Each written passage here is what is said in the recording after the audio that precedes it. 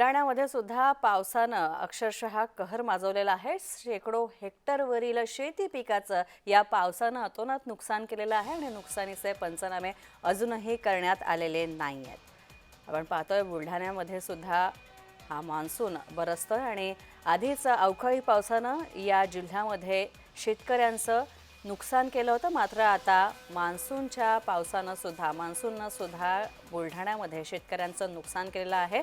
शेकडो हेक्टरवरील पिकाचं नुकसान झालं, मात्र अजूनही पंचनामे करण्यात आले नाहीये।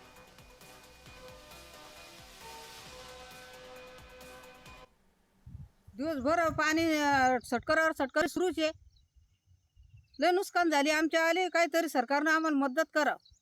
आम्ही लोकांचं कर्ज पाणी कशाने फेडायचं? आम्हाला तर आज आत्महत्या करायची वेळ आली। हा, आता शेतीतला माल सडा म्हणल्यावर आम्ही लोकांचं देणं घेणं कशाने करणार? शेती कशाने पेरणार?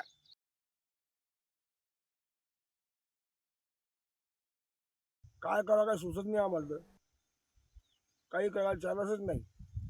असं सोंगाव आणि असं घरी जावं तर पुन्हा पाऊस पडतो, पुन्हा आणि पलट्या मारा पुन्हा डबल झाकून पुन्हा आणखीन पुन्हा पाऊस आहेच।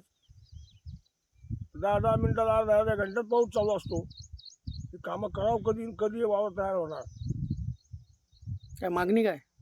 मागणी काहीतरी मदत करावं सरकारनं, असं आमचं म्हणणं आहे। आपण पाहतोय बुलढाण्यामध्ये शेकडो हेक्टरवरच्या पिकांचं नुकसान झालेलं आहे। आपण पाहतोय उभी पिकं या मुसळधार पावसामुळे अक्षरशः आडवी झालेली आहेत, जमीनदोस्त झालेली आहेत आणि शेतकऱ्यांना आता डोक्याला हात मारण्याशिवाय पर्याय नाही। मात्र हे नुकसान जे आहे, या नुकसानाची तीव्रता कमी करण्यासाठी शेतकऱ्यांना सरकारनं मदत द्यावी अशी मागणी करण्यात येते।